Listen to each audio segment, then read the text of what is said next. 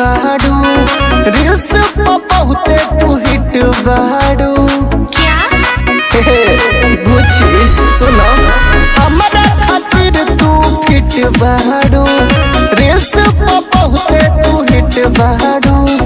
देख तो हर फिगर मनवा रहेला हरदम भीगल, एको वीडियो बना दे बुका।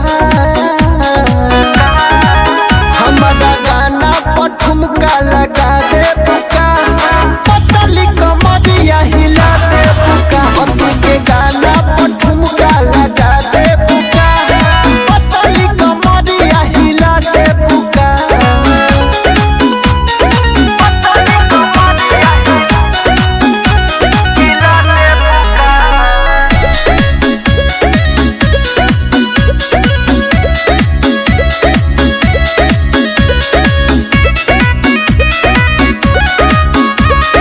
कातिल तो हरिया दाहबा, कातिल तो हरिया दाहबा, ई जमाना फिदाबा। ए लाखों फॉलोवर बढ़वलू हो, मौत पकड़ता उड़ावल। रोज नाइट में लाइव अइलू हो, हंस हंस के चैना चुरावलू। जोश पया के होश उड़ावलू, टिकी पया के आग लगावलू। जान ले बुका,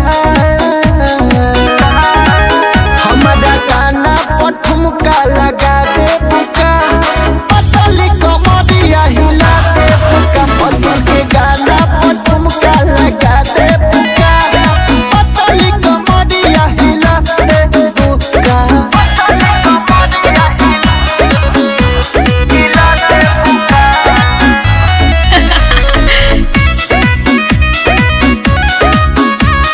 सोलह के तोहर उम्र बा, 16 के तोहर उम्र बा, दूजे सेक्सी फिगर बा। खाई का रे आटा से बिजली गिरवलू हो, दीवाना दीपक के बनवल। संगे मुरली आलोक के नचवलू